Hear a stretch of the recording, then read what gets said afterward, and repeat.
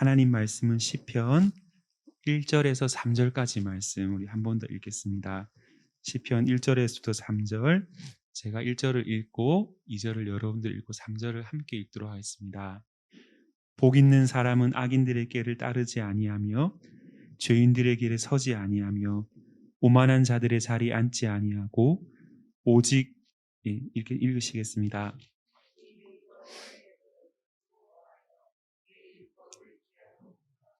다 함께. 그는 시냇가에 심은 나무가 철을 따라 열매를 맺으며 그 잎사귀가 마르지 아니한 같으니 그가 하는 모든 일이 다 형통하리로다. 아멘. 이번 한 주 동안 여러분과 함께 시편을 같이 묵상해 보기를 원하는데요. 함께 살펴보기 원하는데요.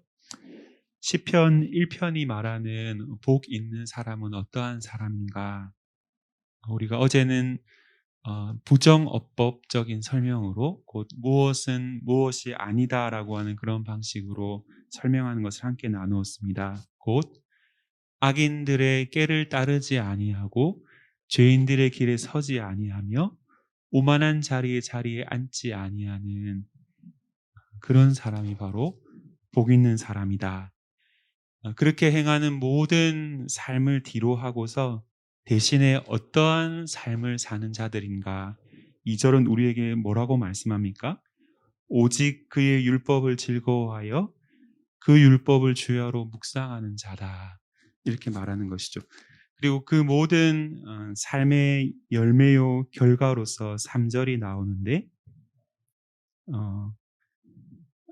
3절이 말하는 것처럼 시냇가에 심은 나무와 같이 철을 따라 열매를 맺고 그 잎사귀가 마르지 아니하는 늘 푸른 나무를 이제 에버그린이라 그렇게 표현하잖아요. 항상 잎사귀가 마르지 아니하는, 항상 생명력 있는 시간을 통과하는, 계절의 변화를 겪으면서 여러 풍산고초를 지나가지만은 그러나 그 잎사귀가 생명수가 흐르는 시냇가를 흘러가고 있는 그 생생한 그 은혜 가운데 거하기 때문에 복 있는 사람의 결말은 복되다라고 하는 것이죠. 그런데 이러한 복된 결과가 있기 전에 1절과 2절에서 우리는 아주 극명한 두 상황의 대조를 통해서 사실 저와 여러분들이 날마다 처하고 있는 상황을 그려주고 있다는 것을 보게 됩니다. 그것은 바로 우리의 매일의 삶에서 저와 여러분들은 항상 두 가지 메시지를 함께 동시에 듣게 된다라고 하는 것이죠. 하나는 바로 악인들의 꾀로 대변되는 세상에서 들려오는 매일매일의 메시지가 우리의 마음에 계속해서 문을 두드린다는 것입니다. 악인들의 꾀라 그랬을 때 이 꾀는 영어로 counsel 이렇게 되어 있습니다. 보통 카운셀링 한다 그렇게 표현하는 것처럼 상담과 조언을 우리에게 주는 세상의 메시지가 있는 것이죠.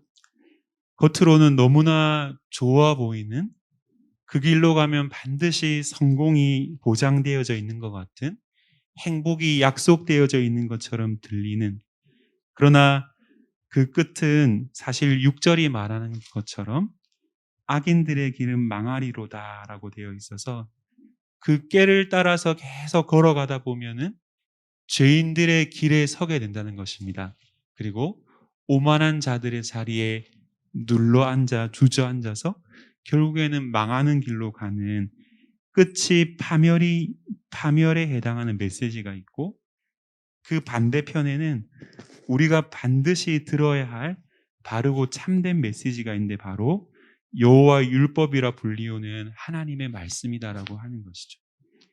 저와 여러분들은 날마다 아침에 눈을 뜰 때마다 하나의 새로운 시험대 위에 오르는 것입니다. 하나님 없는 세상이 주는 달콤한 조언에 귀를 기울이면서 그것에 어떻게 하든지 간에 나를 부합되게 만들고 가꾸어 가는 삶을 살아갈 것인지, 그렇지 않으면 여호와의 말씀에 반응하며 살아갈지를,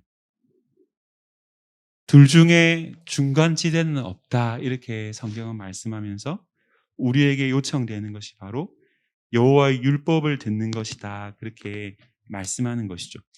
이 율법은 히브리어로 토라 이렇게 그 단어가 사용되어져 있는데 우리가 잘 아는 것처럼 1차적으로 토라는 창세기, 출애굽기, 레위기, 민수기, 신명기의 모세오경을 가리키는 것이지만은 항상 그런 용례로만 쓰이는 것은 아닙니다. 이 율법은 특별히 이 시편의 문맥에서 이 율법은 신구약 전체를 통해서 하나님께서 말씀하시는 하나님의 모든 우리를 향해 가르쳐 주시는 말씀의 가르침을 의미하는 것으로 읽어도 무방하다라고 하는 것이죠. 요한복음 10장 34절에 보면 이렇게 예수님께서 말씀합니다. 예수께서 이르시되 너희 율법에 기록된 바 내가 너희를 신이라 하였노라 하지 아니하였느냐 이렇게 말씀하시면서 주님이 구약의 율법에 기록된 한 말씀을 인용하시는데 사실 내가 너희를 신이라 하였노라 하지 아니하였느냐 이 표현은 모세오경에 나오는 표현이 아니라 시편 82편 6절의 말씀에 인용된 말씀을 주님이 인용하면서 이것을 율법이라 지칭하고 있다는 것이죠. 곧 율법 토라는 모세오경만이 아니라 성경 전체에 나타난 하나님의 모든 말씀의 가르침을 의미하는 것입니다. 그리고 오늘 이 본문 2절에 보면 복 있는 자는 바로 세상 메시지에 귀를 기울인 것을 멈추고 하나님의 말씀에 귀를 기울이는 자, 그렇게 설명되고 있는 것이죠. 구체적으로는 세 가지 일을 특징적으로 하는 사람인데 첫째는 말씀을 묵상하고 그 말씀을 묵상하는데 주야로 묵상하고 마지막으로 그 율법을 즐거워하는 자가 바로 복 있는 자다 이렇게 표현합니다. 여호와의 율법을 묵상한다 그랬을 때에 이 묵상이 어떤 의미를 지니고 있습니까? 히브리어로 하가라고 하는 이 단어는 원래 짐승의 울음소리 혹은 비둘기와 같은 새들이 짖는 소리들을 표현하는 의성어 표현입니다. 새나 짐승이 반복적으로 소리를 내지 않습니까? 그 특징이 반복된다는 것이죠. 그래서 히브리어 하가는 작은 소리로 읊조리다 소리를 내어서 계속해서 반복하면서 읊조리는 것을 의미하는 단어가 바로 이 묵상을 의미하는 히브리어 하가라고 하는 말의 의미인 거죠. 그래서 개역 개정에는 다 묵상이라고 번역됐던 그 번역을 개역 한글에서는 개역 개정에서는 작은 소리로 읊조리다 묵상하다 번갈아 가면서 번역해 놓은 것을 여러분들이 발견하게 되실 것입니다. 즉 성경이 말하는 묵상의 기본적인 의미는 하나님의 말씀을 반복적으로 자기 자신에게 밖으로 소리를 내어서 말하고 계속해서 자기 자신에게 하나님 말씀을 들려주는 일들을 반복하는 것이다라고 하는 것이죠. 마치 자기 자신의 내면에 있는 자아를 향해서 하나님의 말씀이 말을 걸어오는 것처럼 계속해서 하나님의 말씀을 자신의 내면의 자아를 향해서 들려주어서 마치 대화가 벌어지는 것처럼 그렇게 말씀을 계속해서 들려주는 것이죠. 단순히 소리내어서 읽어주는 것을 넘어서 그 말씀을 계속해서 듣는 가운데 우리의 생각의 변화가 일어나는 것을 의미하는 것입니다. 그래서 존 파이퍼 목사님은 묵상을 이렇게 정의하셨는데 하나님의 말씀을 가지고 자기 자신이 끊임없이 말을 건네는 것, 그리하여서 그 말씀 속에서 발견되어진 기쁨이 가져다주는 모든 영적인 생각들을 묵상이다 그렇게 정의했습니다. 우리의 생각이 하나님의 말씀 안에서 참된 기쁨을 발견하는 것, 이것은 연구를 통해서 일어날 수 있는 일이 아니라 성경을 묵상하는 가운데 말씀하시는 그분이 정말로 나를 향해서 지금 말씀하고 계신다는 사실을 발견하는 것이죠. 그분은 무한 광대하고 크신 분이신데 선하고 아름다우신 성품으로 나와 같은 한 인생을 향해서 찾아오시고 그리고 나를 친히 돌보시는데 내 모든 고통과 아픔과 눈물을 아심으로 나를 붙들어 위로하시는 분으로 오늘 그분이 내 삶 속에 오셔서 말씀하고 계심을 느끼고 그분께 세상의 어떠한 것에 자기 자신을 의탁하는 것이 아니라 바로 그렇게 말씀하시는 하나님께 우리 자신을 의탁하면서 기쁨을 얻는 것, 이것이 바로 묵상이다라고 하는 것이죠. 수련회와 사경회 같은 시간들이 그래서 우리에게 필요한 것인지 모르겠습니다. 왜냐하면 저와 여러분들은 늘 세상의 메시지들을 들으며 살아가고 있기 때문에 끊임없이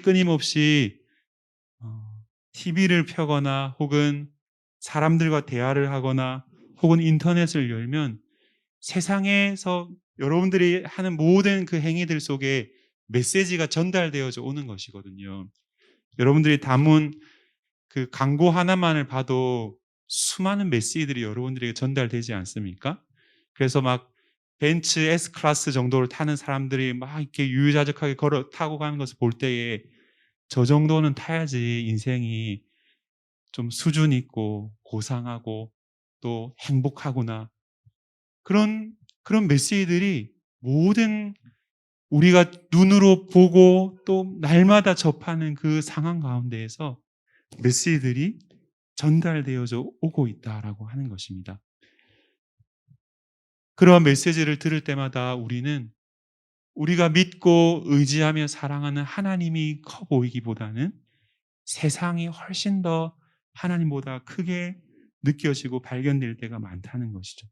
그런데 계속해서 하나님의 말씀이 우리의 심령 가운데 부어지는 자리 가운데에서 말씀을 듣고 그 말씀이 내 심령 가운데 영적인 기쁨으로 누려지는 그 생각의 변화들이 일어나면서 우리의 마음속에 기쁨이 살아나게 된다라고 하는 것입니다. 그래서 여러분들 사경에 혹은 뭐 수련회 이렇게 들어갈 때에 사실 2박 3일 이렇게 시간 내는 것이 얼마나 어렵습니까? 직장 생활 하시는 분들은 더 그러실 수 있는데, 그런데 결단하고 그 자리로 나아가서 하루가 지나고 이틀이 지나고 사흘이 되고 했을 때 표정들이 변화되어져 있는 것을 보게 되는 것이죠. 구역원들 억지로 끌어다가 말씀 듣는 자리에 이렇게 데리고 딱 앉혀 놓으면은 첫날에는 정말 반응하지 않는 듯한 그런 모습으로 그렇게 그 시간을 보내는데, 이틀 마지막 날이 되어 가면서 하나님의 말씀이 계속해서 그 심령 가운데 부어질 때에 성령이 그 마음을 만지시고 일하시는 역사가 나타나는 것이죠. 그리고 하나님께서 은혜를 주셔서 세상의 메시지가 참이 아니라 하나님의 말씀이 참된 진리라는 사실을 깨닫고서 그 진리에 자기의 삶을 얹어서 의탁할 때에 기쁨이 있는 것이죠. 세상에서 발견하지 못하였던 만족을 누리는 것입니다. 왜냐하면 이 세상은 끊임없이 변화하는 세상인데, 그렇기 때문에 변화하는 것은 안정된 마음을 우리에게 줄 수 없다는 것이죠. 이 상황을 극복하고 나면은 또 다른 어려운 상황들이 우리의 삶에 닥쳐오기 때문에 안정될 수 없는데, 변하지 않는 하나님의 말씀 앞에 서서 그 말씀을 묵상하는 중에 그 말씀이 내 마음의 생각을 가득히 채우고 붙잡을 때에 참된 평안이 온다는 것입니다. 제가 새해 공동체 성경 읽기 통독을 이렇게 다시금 시작하면서 너무 좋은데, 그런데 이것만으로 조금 아쉽다 그런 생각이 많이 들었어요. 그래서 공동체가 함께 매일매일 한 10절씩 15절씩 말씀을 함께 묵상할 수 있는 그런 본문을 가지고서 1년을 가면 좋겠다 생각이 들어서 구역장님들 톡방에 매일 성경 본문을 매일매일 올려드리고 있는데요. 물론 이제 주말에는 제가 조금 그건 하지 못하고 있는데, 그렇게 6년 동안 매일매일 이 매일 성경을 묵상해 가다 보면은 성경 전체 구절들 모두를 묵상할 수 있습니다. 그리고 고난주간이라든지 혹은 성탄 절기와 같은 시기에는 그 절기에 맞는 본문으로 이제 매일 성경의 묵상이 진행이 되는 것이죠. 온 공동체가 함께 한 본문을 같이 묵상하는 것을 통해서 기대하는 것이 무엇이겠습니까? 바로 여호와의 말씀을 주야로 묵상하면서 그 여호와께서 주시는 그 참된 영혼의 기쁨을 우리가 함께 누리고 함께 나누는 것들을 기대하게 된다는 것이죠. 팀 켈러라고 하는 그 목사님이 한 신학자의 말을 인용해서 묵상의 단계를 다음과 같이 설명합니다. 첫 번째가 뭐냐면 성경 말씀이 전하고 있는 특정한 진리의 내용에 자신의 마음을 고정시킨다라고 하는 것이죠. 그래야 해서 그 집중하고 생각하고 묵상하는 그 말씀을 자신의 마음에 거듭거듭 소리를 내어서 들려준다는 것입니다. 그 일을 언제까지 하냐면은 바로 말씀하시는 하나님의 임재가 느껴져서 그분이 지금 내 곁에 와 계심을 느끼게 되는 순간까지 진리의 내용을 딱 붙잡고 그 말씀을 거듭거듭 자기 자신을 향해서 계속해서 말해주는 것, 이것이 바로 묵상이다. 그 단계를 그렇게 정의한 것이죠. 성경의 진리를 붙잡는 것, 그것으로 끝이 아니라 마음의 밑바닥까지 내려보내서 어떤 상황 가운데서 요동하지 않도록 그 말씀이 우리의 마음을 가득히 채우도록 만드는 과정이 바로 묵상이다라고 하는 것이죠. 하루를 살면서도 끝없이 세상의 수많은 메시지를 들으며 살아가는 우리의 분주한 삶 앞에서 세상 메시지들은 계속해서 끊임없이 우리가 앞으로 나아가도록 무엇을 해야 될지를 계속해서 조언해주고 상담해주는데, 그러한 메시지를 듣느라 너무나도 분주하고 바쁜 나머지 저와 여러분들의 삶 속에서 오늘 내 삶에 오셔서 말씀하시는 하나님의 음성을 듣는 일을 놓치며 살아가고 있지 않습니까? 매주 주일 예배에 여기 오시는 분들은 한 번도 빠짐없이 잘 예배 참석을 하실 거라 생각이 드는데, 저와 여러분들은 말씀하시는 하나님 그분을 만나고 있습니까? 은혜로운 말씀을 들었기 때문에 들었다는 그 사실만으로 그 모든 진리가 내 것이 된 것 마냥 착각하며 살아가고 있지는 않습니까? 그 말씀을 주야로 묵상하면서 붙잡고 살아가고 있습니까? 주야로 묵상한 그 말씀이 내 마음판에 새겨진 것처럼 그 말씀이 저와 여러분에게 기쁨이 되고 있습니까? 하나님 앞에 그런 은혜를 우리의 심령 속에 다시금 회복시켜 주시기를 간구하고 빼앗기지 않는 기쁨을 소유한 자로 한 해를 살도록 그렇게 구하는 이번 한 주와 다음 주의 시간이 되기를 주님의 이름으로 간절히 소원합니다.